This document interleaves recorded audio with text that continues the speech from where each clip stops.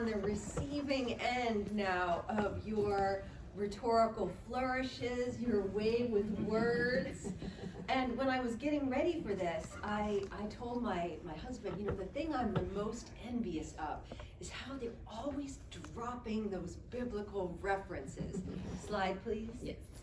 And he said, whatever you do, just don't refer to 2 Corinthians. You have my word that I will not start this with 2 Corinthians walk into a bar. Slide, please. So I'm going to start out today with a little trip down memory lane. I am going to introduce you to somebody who you probably don't know. This gentleman's name is Edgar Gardner Murphy. He was an Episcopal priest. And if he walked into our room today, you would ask him, well, what? You have kind of a sour expression on your face. What's up with that? But you would recognize him right away as one of you, and that he was a faithful voice for public education. Slide, please. He was really one of the foremost crusader against child labor. And he understood in his bones that the fight to eliminate child labor and the fight to make public education universal were the same fight. So I've got a little quote from him. The place for a child under 12 years of age is not in any factory, even though that factory were equipped with the elegance of a Pullman car, were provided with nothing but ball-bearing machinery, and were conducted by a board of nursery governesses. The place for a child under 12 years of age is in God's outdoors, in the home or the schoolroom. And he's making this point at a time when there's a fierce battle over child labor. And his reference there, go back to the quote for just a second, his reference there to the elegance of the Pullman car and the ball-bearing machinery, he's responding to industrialists who are basically saying, these factories aren't so bad, they're state-of-the-art. And so he saw his job as bearing witness to the conditions that kids were actually living and working in, and making a powerful case for public education. Why am I starting today by invoking an Episcopal church of whom we have never heard? Well, it will come as no surprise to many of you that in a number of the same states that are now in the throes of privatizing their public education systems, they are also rolling back child labor protections. And I'm thinking of right here in Florida. Amen. Or in Iowa. And I forgot to say that if any of you, since I'm now very envious of all of you pastors, if any of you, while I'm speaking, if you feel moved to call out preach or amen, so Preach! Amen. So we have this, suddenly all these states are rolling back their child labor protections, and I could not help but notice that these were the very same states that were enacting things like sweeping school voucher programs. And so I wanted to know right away, is there some kind of connection? And indeed there is. It turns out that our very first parents' rights crusade was against the effort to ban child labor. Well, isn't that kind of interesting? So thanks to the efforts of our Episcopal minister, Brother Murphy, there was a broad effort to try to amend the US Constitution to ban child labor. And this set off a fierce fight. Not everyone wanted to get rid of child labor. There were a number of industrialists who were quite keen on employing kids for a number of reasons that won't sound that unfamiliar to those of you who are in states where the rollback of child labor protections is underway today. They liked the fact that you could pay them less, that they were less likely to band together and form unions or demand higher wages and better working conditions. And if you go back and read the literature of the time, you'll actually hear people talking about the fact that, well, some of these little spaces in the factory or the mine are so small. They just, kids fit right in. And so there's a ferocious battle over whether child labor should be banned. And those of you who are in states like Texas, where you have been on the receiving end of an unbelievable big money battle over school vouchers, you would recognize what I believe to be the nation's very first AstroTurf campaign. And what you saw pop up were groups with names like farmers and parents standing together against federal overreach. And the idea was that the industrialists, many of whom liked the idea of paying kids less, saw that there was a lot of concern out there that that this might represent a step too far as empowering the federal government to peer into the private business of families. And they would tell families that, what's going to happen is they're going to send some kind of a federal spy to see if little Charles is out there helping on the family farm, or little Jennifer is washing dishes. And they relied on a lot of misinformation, and before you knew it, they had managed to stir up enough distrust and resentment that we do not have a ban in our U.S. Constitution against child labor. So this is a picture that I include in all of my talks, and it represents odd bedfellows. When I arrived at the banquet last night, Reverend Charles Johnson was in conversation with somebody. He was asking somebody, and it's so hard for me to resist doing his voice, but I'll do that later in the bar. Please. Try to. He was asking a gentleman for Americans United for Separation of Church and State, who was sitting at our table. He was asking him to explain the odd coalition that has formed around things like school vouchers. That how is it that you have sitting side by side the most ultra-libertarian faction that doesn't believe in taxes or any government at all? How are they allied with Christian nationalists? How are they allied with somebody like a Betsy DeVos? What is it that they have in common? And what I would contend to you today is that if we go back to that original battle over child labor and public education, and we listen to the words of somebody like Brother Murphy, our Episcopal priest, what you hear are the original sort of odd bedfellows, and what they were about was crystal clear. It wasn't just that industrialists liked the idea that little kids had nimble fingers and they could fit into the low ceiling part of the mines. It was that when they looked out at the world, they believed that inequality was our natural state, that there was a hierarchy, and that any effort to interrupt that went against the natural order of things. And they didn't like public education for precisely that reason. And so if you go back and you read their words, and you read the words of some of the, the arch libertarians, the folks who would go on to start groups like the Cato Institute, they were making a very similar argument. Why this insistence on trying to make people equal when we are not equal? We are fundamentally unequal. As Charles mentioned, I have a new book out called The Education Wars. He's actually, he's one of the blurbers, and there are many amazing quotes in the book. One is from Charles, of course. One of the first quotes, much to his surprise, was from Dr. James E. Ford. I had interviewed him on a podcast, and I found him so wise that I decided to open the book with him. Mm-hmm.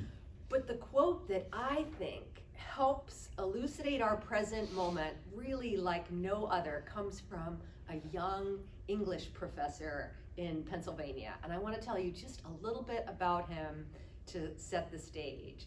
So he's now in Pennsylvania, but he grew up in Western Michigan. And Western Michigan, as Charles certainly knows, is home to the DeVos family. And this young man, when he was coming up in the world, he worked at a restaurant that the DeVos family owned. It was a Bavarian-themed restaurant, and it was owned by Betsy's mother, Elsa. And so this Eric, the guy, the star of our story, he was a waiter at the restaurant, and so he would have to carry around, he would wear an outfit and carry around trays loaded down with Bavarian specialties. But because the members of this family, including young Betsy and Eric Prince and the DeVos family matriarch and patriarch would come to the restaurant to dine, he would have an opportunity to listen in on their conversations. So one day, this is exactly what he's doing, and he overhears a grandchild saying, "You know, nobody really knows what happened to the dinosaurs." To which Betsy's mother, Elsa, said, "The dinosaurs died because God did not like them." And fast forward many years later, and Eric Anderson, our scholar, is now grown up, and he's trying to wrap his head around the extraordinary level of interest in school privatization by the wealthiest among us. And you know, it's not just Betsy DeVos. Almost every state now has its own billionaire. And if we went around, I would bet not only would you be able to identify one, but the rest of us would be kind of shaking our heads because we probably haven't even heard of your billionaire. And yet they are the ones who are driving policy. And I'm thinking of a state like Texas, which is in the midst of an election cycle like you've never seen before. You've got not just DeVos plowing her billions into your local races, but Jeff Yass, who is the richest man in Pennsylvania. So Eric Anderson, the English professor, is trying to explain this, and his explanation was this: equality does not serve the ruling classes well. It never has, which is why the plutocrats lobby so hard against it. Next slide. So I want to step back a little bit. We are in Florida, which of course in many ways has been ground zero for so much of the incredible backlash politics that we are living through, that we've been living through now, really in its most recent incarnation since 2020. And what I would argue to you today is that when you strip away all of the obfuscation and the acronyms, the DEI, the woke, the language around parental rights, what you find is actually a very straightforward proposition.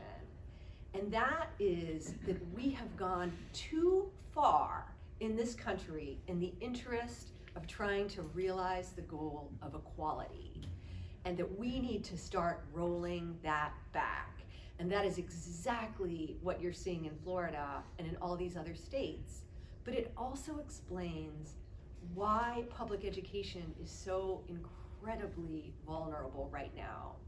Because think about it, that is what we expect our public schools to do. It's why we have them. It's why Brother Murphy understood that the fight to abolish child labor and the fight to ensure universal access to public education that everyone could attend and that taxpayers paid for were actually the same fight. Part of the big reason why compulsory education appeared around the 1920s, popping up in state after state after state, was that the inequality of an unregulated capital system was so extreme that policy leaders recognized that if we don't do something to narrow this level of inequality, we're never getting this back. We are, not only are we going to be looking at pitchforks, but our short-lived experiment in self-government will be over. So I would contend to you that is what we are up against right now. It explains both the extraordinary level of interest by billionaires in basically eliminating public education. There weren't billionaires yet in the 20s. Now we seem to mint a new one every week. And inevitably, they have two main policy priorities. One is eliminating public education, and two is eliminating the state income tax. And it doesn't take you very long at all to see what kind of future those policies would usher in. All we have to do is go back to last night when Dr. James Ford was describing to us what it looks like when you visit a country where they don't have universal public education, where the burden of paying for it belongs to the consumer. Right. Thank you for that. So I want to revisit Brother Murphy just for a moment, because he really was extraordinary. So he becomes a minister, he travels all over, and at one point he ends up in Laredo, Texas. You may have met him, Charles, back in the day.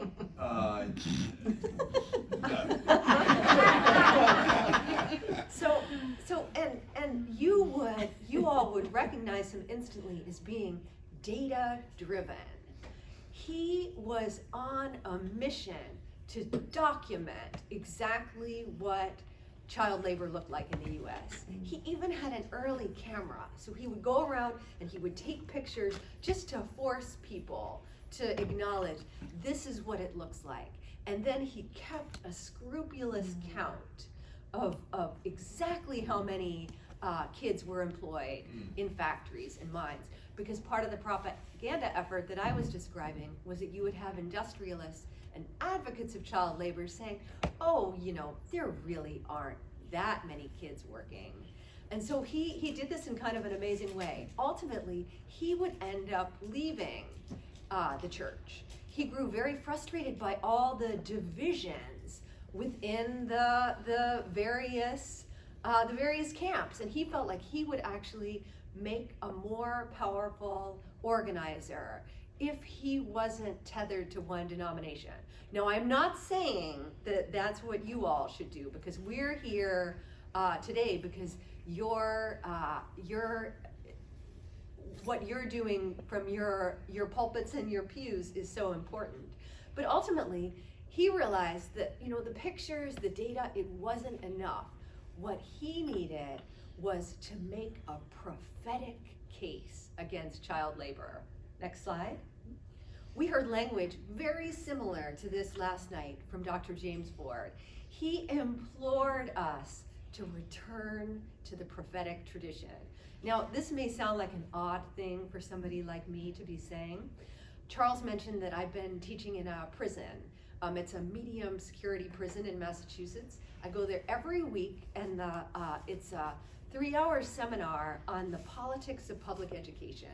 Every week, we dig into some bitter battle over public education in this country, what we should teach, who should pay for it. And a couple weeks ago, we took on religion versus the state. And I had to confess to them that as from the perspective of someone who was raised as an unabashed atheist, this is very challenging terrain for me. And they thought that was, when I tell them where I've been with all of you, I think they will find that very amusing. But I am completely allied with Dr. James Ford when it comes to recognizing the urgent need to return to the prophetic tradition, and I'm going to tell you why. So this image is an image of different kinds of weeds. This might seem like a strange picture to put up, but you have all ventured into the weeds as soon as you have started to try to defend public education. Think about it. In Texas right now, how much time have you spent having to try to explain that an education savings account and a voucher is the same thing? Think about the slogan, fund students, not systems. You are automatically put in the position of having to defend the system. You are in the weeds. You are having to talk about the intricacies of school funding and the structure of public education. You find yourselves having to speak up on behalf of a bureaucracy that may not make sense and may not even be particularly effective. But that is the discourse that we have. That is much of what we have left. But there's another reason. When Reverend Morris spoke so powerfully this morning about the sort of corrosive influence of commercialism on our schools. Well, it's not just the schools themselves that have been corroded, it's our ability to talk about them. That language of the public good that you invoked, we barely have it anymore. The water we swim in is the water of individual choice, and school is just another consumer good. Nothing different than when I go down to the lobby and walk through the doors into that mall, a little weird hotel attached to a mall. But that we're supposed to see it as all the same thing, right? Like, I'm gonna go over there and buy a new dress. Somebody else is gonna go shop for a new school. That's how we're supposed to think about it. And the reality is that it means that it makes it virtually impossible for advocates for public education to make the kind of stirring case that was once made against something like child labor. And so I go back to those early fights. One, because I think they really lay bare what's at stake, but two, because I see how effectively they used prophetic language to speak to all different kinds of people. That they would talk to affluent parents and they would say, I know you can't imagine working, sending your child to work in a mine, but they would get the person to think about it in terms of a parent. And that was ultimately what led, not just the fight to abolish child labor, but also that was a key part of the abolition of slavery. So I'm thinking about how do we get some of that prophetic language? How can we be inspired by all of you? When Jack and I published our first book together, A Wolf at the Schoolhouse Door, we did millions of virtual book groups. They were amazing. Some of you were part of them. And I loved it. I got to meet people all over the country. We became friends, and their insight produced the new book. But I have to tell you that there was one question that we would get over and over again, and my heart would sink every time. How can we do a better job of marketing our schools? And to me, that shows that the battle has already been lost. Because unless we're able to make a kind of stirring case for why we have public education in the first place, we're not going to be able to protect it. We're not going to be able to restore it in the states where it's now dangerously close to being lost.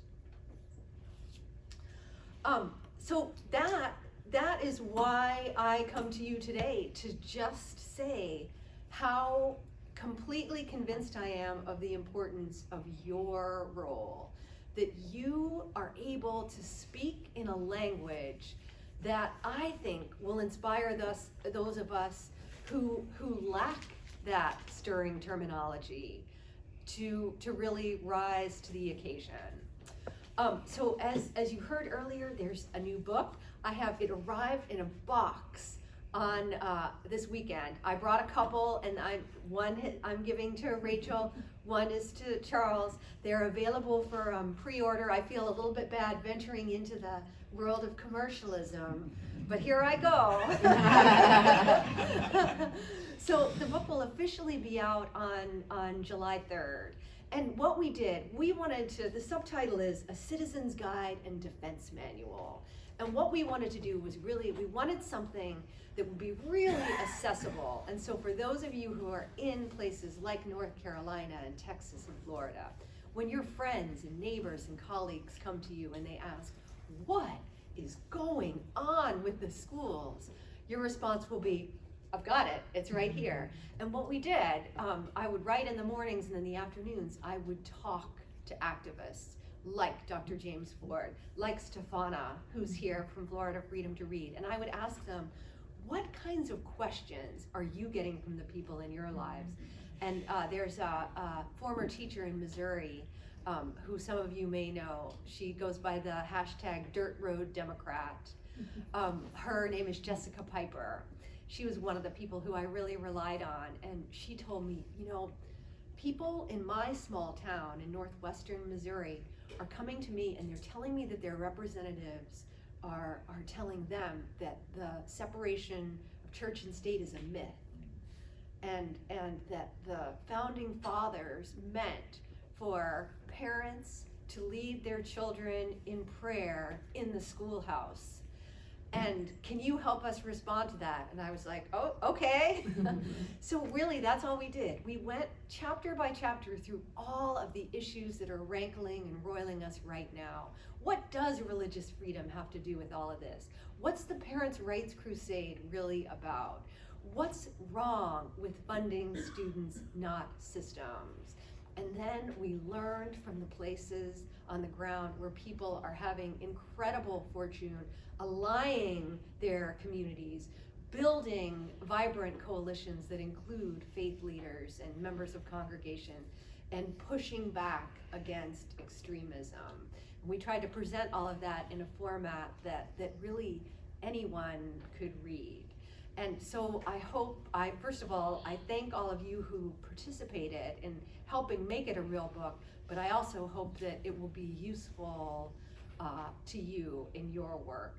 So that is all I have to say, and I'm going to invite Charles to come up, and we're going to talk a little bit more, and then I think what we're going to do is sort of open things up. Yeah, good. Lights back on? Yeah, let's get the lights. Watch out. Jennifer, we've got, let's just, before we sort of switch gears a little bit, take some Q&A questions for our resource leader. Over here and then back here. Go ahead, Reverend Gold. Thank you very much. With respect to the book and its table of contents, would you mind sharing with us, just from the table of contents perspective, those battlefronts that we need to be aware of, so that maybe we can frame our questions around the answers that we're gonna still buy the book, no problem. Yeah. But for right now, if we could frame it around the coming war, if this could be this is the battle plan. Yeah. This is how. Could you do that for us? Yeah. So what we really wanted to do. My co-author and podcast co-host is an education historian, and this was something when I was growing up and going to school. I had no idea that this was a thing. That you would become a historian of education, but that's what he does. And it's very useful because whatever is happening, I can turn to him and say, have we ever lived through this before? And most importantly, how did it end? And so part of what the book opens with just us trying to explain, why is it that in this country we are always fighting about schools? And you will whatever is happening in your community, you will recognize some of it there. Why are we fighting about schools so intensely now? What other things are happening around us? And then we go through issue by issue, what are the big things that are happening? And so what you guys were talking about yesterday with respect to religious freedom and Christian nationalism, that's chapter 4. Chapter 5, what is the Parents' Rights Crusade really about? chapter 6, what's wrong with funding students, not systems. And then we venture into more hopeful territory at the end of the book.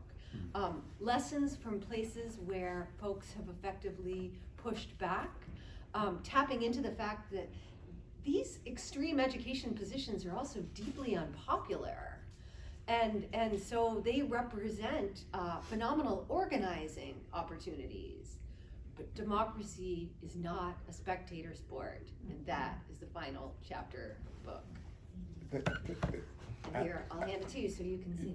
I guess from my perspective, as a black man, Yes. public education over the last 150 years is literally centered around the what we call them culture wars. Now, there was a time when women were not allowed to own property. They were not allowed to have a say-so in. There was no intergenerational transfer that occurred between males and females. The second issue is that, in fact, black people were considered property. So we never got to be even included in the formula of what public education was about until after 1865. And Dr. Ford mentioned that last night. And now we have gone hog wild. Gays, immigrants, which we all are, religious, sectarian, religious aspect. So I'm kind of concerned with how are we going to embrace all of the nuances that keep occurring, that we learn from the nuances that we've already overcome. Does that make It makes absolute sense. So my thinking was really influenced by Dr. James Ford. I interviewed him for I did a podcast about North Carolina that was really amazing. Like the voices of the people were really powerful. But I was particularly blown away by him and that ability to link the past and the present the way that he did last night. Yes. And to help us make sense of the fact that a dream that was never realized is now being dismantled. Right. And so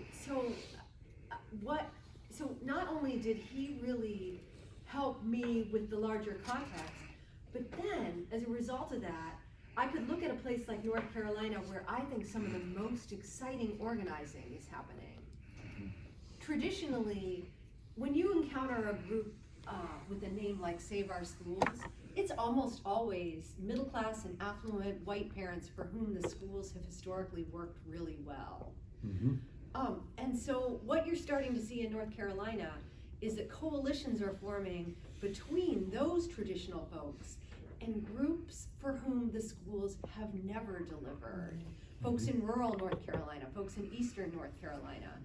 And it means that as part of the conversation, there has to be acknowledgement that for way too many kids, like the kids who ended up in the prison where I'm teaching, the schools haven't worked. That defending and protecting the goal of public education is not the same thing as defending the status quo. And that's where I think that the perspective of somebody like a James Ford, but also it's why we need to look to states where the threat is the most dire to see just how powerful the coalitions of folks, they're leading us in a different direction, and I think it's really exciting. I hope that helped. That's a great response. Another question. I have a question, Jennifer, and it's a provocative one. Ooh. And something tells me that you're more in the middle of our Roman Catholic friends than perhaps we are in the South, although we are too. Why does the Roman Catholic Church support privatization, and where is it going in the Roman Catholic Church? Yeah, so it is. Because Massachusetts is a Roman Catholic state. And last night, Charles asked me, will you talk about Massachusetts and how, like what a leader it is, and we don't have it yet, but it's coming. Okay. It is absolutely coming.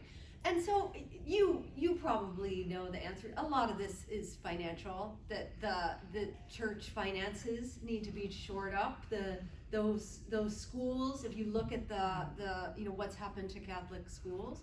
But you talked about Christian nationalism yesterday, and part of that conversation is a growing militancy among Catholics, and you see them in places like Oklahoma, really flexing their muscles. And so the idea that we're going to have a Catholic charter school that taxpayers pay for, and that essentially you have to be Catholic to attend. And we think about this in relatively narrow, like, oh, okay, so the kid has to be Catholic. I get that. But then, the rules keep multiplying. There have to be two parents. They have to be a husband and a wife. They can't attend a church that's led by a woman.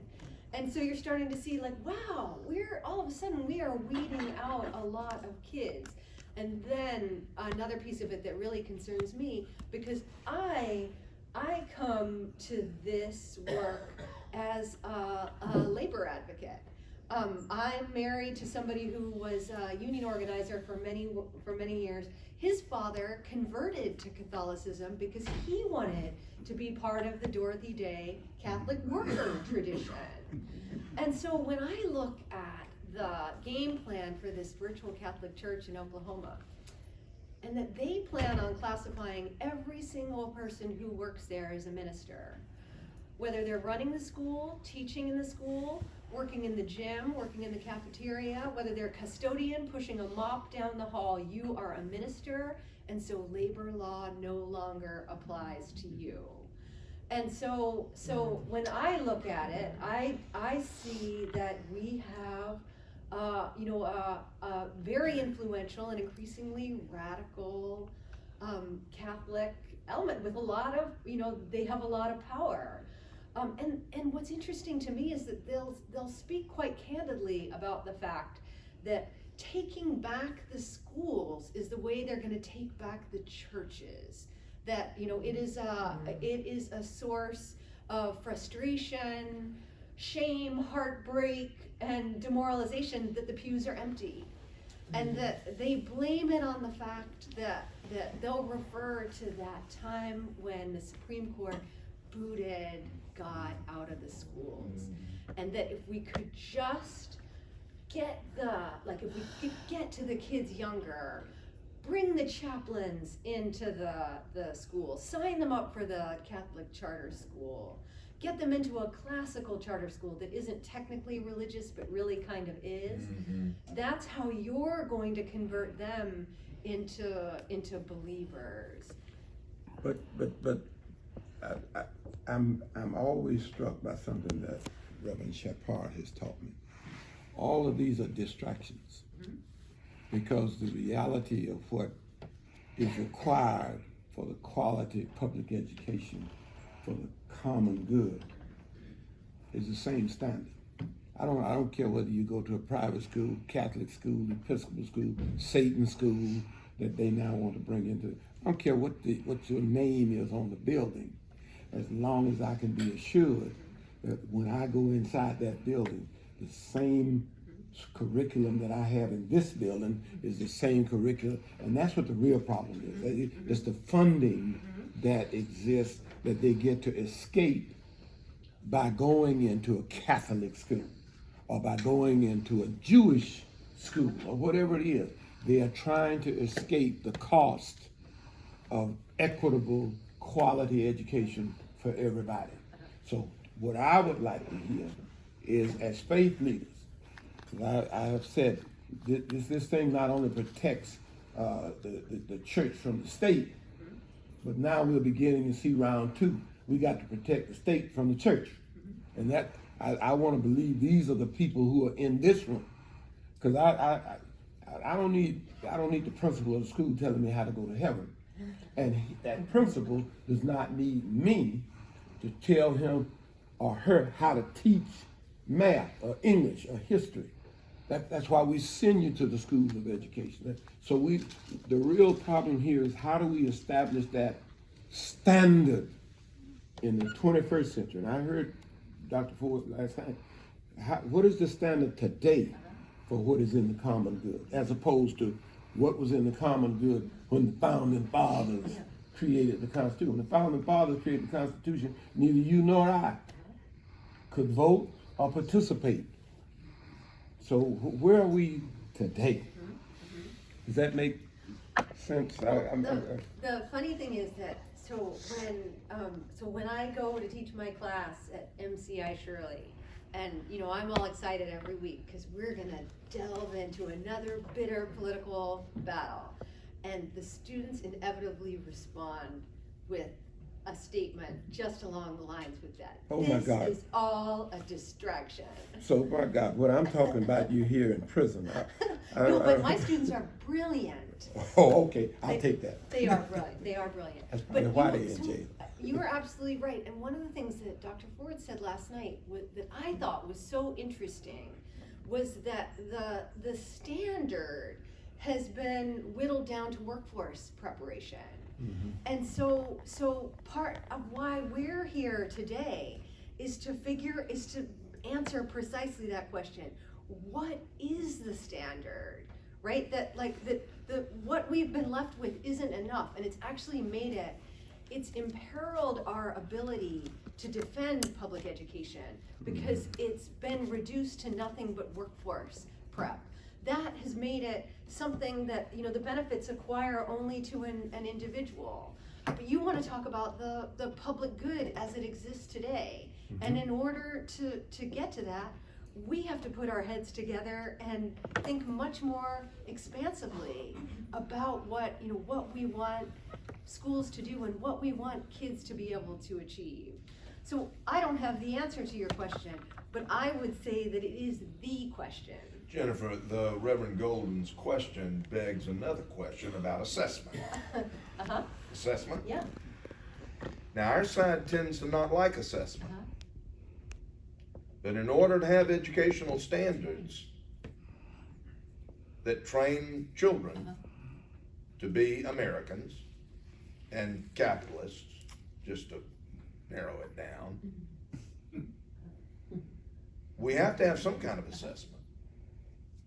So, I've been hanging out with you teacher union types for a long time.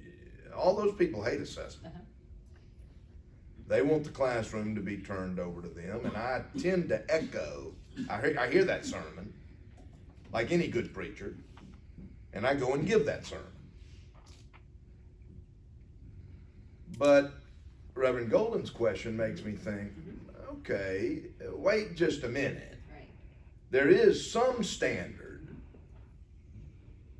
by which we should assess publicly supported schools. And yet, all the preachers in this room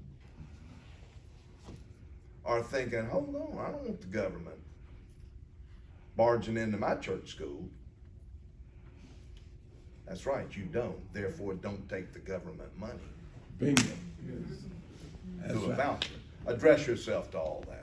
When I heard Charlie speak for the first time, I think his talk might have been called, God doesn't like standardized tests. I could give that sermon. And I was there with my sister, who's an elementary school teacher in rural southern Illinois, and I thought she was just going to rush the stage. Like, she could not get enough Pastor Charles Foster. Because there aren't any standardized children. But every child is unique. It was a provocative way to think about that issue. But fast forward to today, and we are in exactly the bind that you just described. How many of you are in states where there are new or expanded voucher programs that are not held accountable to the same standard as your public schools? Yes. Almost all of you. And so inevitably we find ourselves having to use the language of standards and accountability in order to, and I always get a little twinge because I know I've walked into exactly that gray area. And then I think that it takes us into the area that you were talking about. The criticism of standardized testing is not that we shouldn't have any kind of accountability or standards. It's that the relentless narrowing of the curriculum has damaged schools and kids. The fact that if you're in an area, if you're in a school district where the kids have the highest needs and you're getting the least resources, kids don't any longer read books or plays or even short stories. What they read are excerpts of text that they're then tested on. And that is precisely the kind of distortion that has done so much damage to kids' ability to imagine a future. And so I think we can do both things at the same time, that we can criticize a system that has been really damaging and that is also really unpopular. If you go to a place like Florida, where we are right now, so we don't have to go there, as much division as there is, as polarized as things are, there's remarkable agreement over parents red and blue that there is too much testing. Now, I happen to believe that any kind of common ground we have right now is worth exploring. And so I'd like to know the parents who are so worked up about indoctrination, what is the vision of education that they have? And get them to talk not just about the book they want to pull off the shelf because of the inappropriate excerpt, but to see if we can't get to the place where you were talking about, where we identify a standard regarding what we expect kids to be able to do, but also the kind of future. I'm really being put on the spot here. No, it's good. I can't express what is happening in other states, but in Florida, what we see here, the attitude about assessments and the negative attitude that we have about assessments arises from the fact that we only use assessments for basically two reasons: teacher evaluation and student advancement.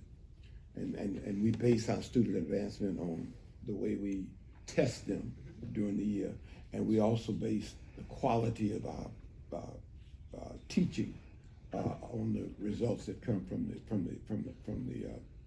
testing. And I'm suggesting that there's a deeper, more sinister reason that we are not able to come to consensus, and that is because, and this is where I really want to be now, that is because what you have in the state of Florida is a conscious, intentional effort to not just modify, not change, not improve, but to destroy public education. This is what Dr. Ford was talking about last night. When you talk about making America great again, or making Florida, I'm trying to figure out, do you want to go back to 1954? Do you want to go back to 1899? Do you want to go back to 1861? Or do you want to go back to 1776? Or do you want to go back to where you really should go back to? That's the 1619. When you decided intentionally to found a whole civilization on the premise that some of us are better than the others of us because of the color of our skin. That's where, so when you talk about making great again, you're really talking about, let's go back in a whole nother direction than where we've been. So I think is what in Florida, I think. Damaris. So a couple things. On the testing thing, I think one, we need to recognize that it's a huge moneymaker. And two, one of the things I'm consistently concerned about with testing is that it's a regurgitation of information. That's right. And so our children are not learning to be critical thinkers. So when we go to things like progress monitoring, where we have here, where we're constantly testing, our kids are constantly preparing for a test to regurgitate information as opposed to understanding the content that they're trying to learn. And so I'm incredibly concerned about this being an attack on critical thinking as far as testing is concerned. Damaris, before you ask your second question, let's listen, y'all. I believe Jennifer just gave us a point of strategizing and organizing back home, which is everybody, the right and the left and the center, are proposes the standardized test. So take that with you back home as you build your diverse coalitions. It's a moneymaker designed to tell poor children they're dumb. And they can't do anything. And they can't do anything. And therefore, to demean and attack public education so that it can be privatized. The voucher school shuts down in 2 years. That I start in the First Baptist Church with a $5,000 or $6,000 or even a $10,000 500 Charles Universal voucher in Arizona or Texas. Thank God it didn't pass. It did in Arizona. Arizona's $2 billion in the hole. They can't pay for it. Now people are waking up now that they got to pay this delinquent bill. They're starting to wake up in Arizona. Let's hope they wake up at the polls. And the kid's going to be back in the public school a grade level or 2 grade levels behind the defunded public school. This is the chain of events that is destroying your neighborhood public school. Standardized test is the place. Damaris, and then our brother right here, Pastor. And the second one's more of an observation, and I think it's really important to recognize. And we're going to take a break in a few minutes.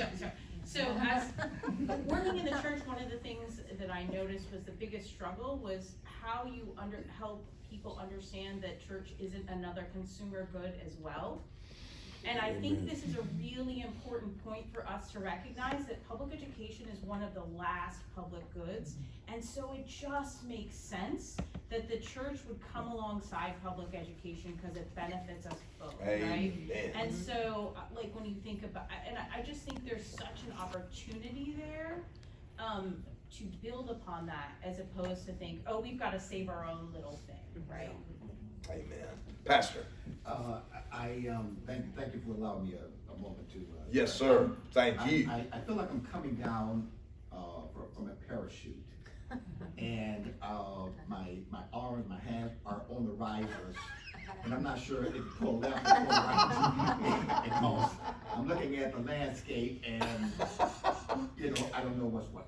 Okay, so if one addressing the assessment issue.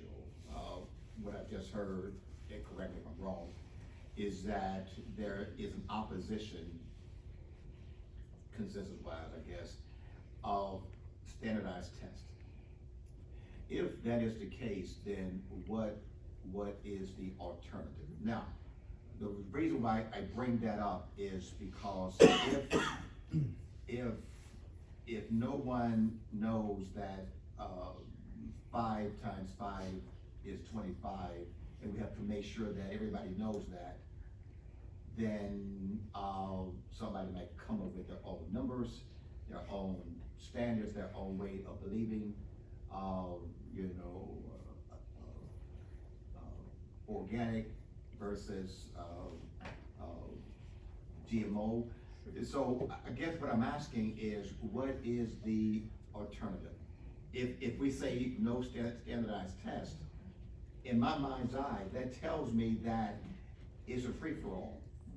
And when there's a free-for-all, it's going to create chaos. That's right. And then there's going to be factions, and there's going to be us against them. And so help me to I can assist a little bit with that. So Jack Schneider, my co-author, he's a professor at UMass Amherst, and he has now for a number of years led a project called Beyond Test Scores. It's not abandon test scores. It's really to what if we were able to come up with a metric to evaluate schools that better reflects what people actually care about, what parents care about. What if we took the concerns of kids seriously? And you're starting to see that a little bit. There's tremendous concern right now with things like mental health. But what if we broadened it beyond that? What if we thought about the relationship between the school and the community? For example, in rural Texas, people agonize about the fact that kids get educated and they leave. What if rural communities were helping to articulate what their vision for what a successful school is. It's not a free-for-all. It's actually a way of deepening the level of investment beyond just filling in dots on a whole, reducing a school to a score that doesn't really reflect what people care about. And then I think there's room for all of you to think really big about why we have schools. Because again, if you walk into a room filled with public education advocates, and most of them are secular, they're going to be lost right here. We want to prepare them for college and career. But Dr. James Ford would tell us that's too narrow. We're thinking too small, right? That we want to expand kids' horizons. And I'm not saying that it's easy work, but there is tremendous interest in coming up with something else, and it's not just junking the existing system. And I know we're gonna take a break. Well, Pastor, and then and then Pastor Golden. So I understand that we need to dignify more things. Yes. Not just a good test score, an SAT score. We need to dignify other things. But I'm just trying to find out what is that. Yeah, and you don't, what you're looking for, and this is what Dr. Ford talked about last night when he talked about that circularity that exists with respect to history, and it's not a circle but a spiral that keeps going up. What you're looking for, and the reason we're here, and after we take this break, when we really come back and really start trying to imagine what it is that we want to see. Yes. What we are saying here is, and like he said last night, got to be honest. You got to change the teachers too, and you got to change public education at the higher level. Unless you all noticed it in now Florida, our universities are under attack. That's right. One of the things that came up during the last session, they were going to eliminate the Department of Education. You couldn't get a degree in education in one of our schools. So what we are tasked with, King says that we are not the master, we are not the servant, but the conscience. So where we are now is trying to awaken the conscience of the community to the fact that we need to teach our children differently. And if we're going to teach our children differently, we need different teachers. And if we're going to have different teachers, we got to have a different way we fund this thing. We just can't keep funding teachers in the 20th century and expect them to do a 21st century job. And now, let's just be honest. When I was growing up, they wouldn't let you in the medical school. And they wouldn't let you in the law school. They wouldn't let you in the engineering school. So you went back home and you taught English, math, and that's how you did that. Well, now we can go to law school. But now you got these kids coming out of law school with all kind of terrible thoughts that they have taught other people. What's that guy named Miller? And he the one that works for Trump. He went to law school. DeSantis went to Harvard. So it can't be. You're wondering what Harvard's teaching. No. What I'm wondering is the guy from Missouri went there too. I'm trying to figure out how he could get in and I couldn't, and I know why. And now that he's out, look at the harm that he's caused. So that to answer your question, there is no answer, but that's why we are here. If and that's hard. One thing I heard last night that validates something that I'm thinking. This ain't about legislative sessions. And it's not about policy making to try to get something done next year, the year after, keep doing it until we get it done. This is about changing the consciousness of this country. There was a time when all us couldn't be in this room together. And that was a matter of law. It took 50 some odd years to go from Clemson v. Ferguson to Brown versus Board of Education. I don't know how long this is going to take, but I know that I'm in the fight. I want it to take as long as it takes. if it takes my grandchildren, I know that this is the right place. I know this is the right way that we're gonna have a better country, that we're gonna have better people. Does that make Jennifer, sense? leave us with a challenge, and then that'll take us 60 seconds, and we'll take a break and be back At 11? at 11. We're Yes, gonna come conform. back here and we're gonna figure it out. And we'll figure it out by 12. All right, wow. Leave us with a challenge. That was it. That was it. Let's go.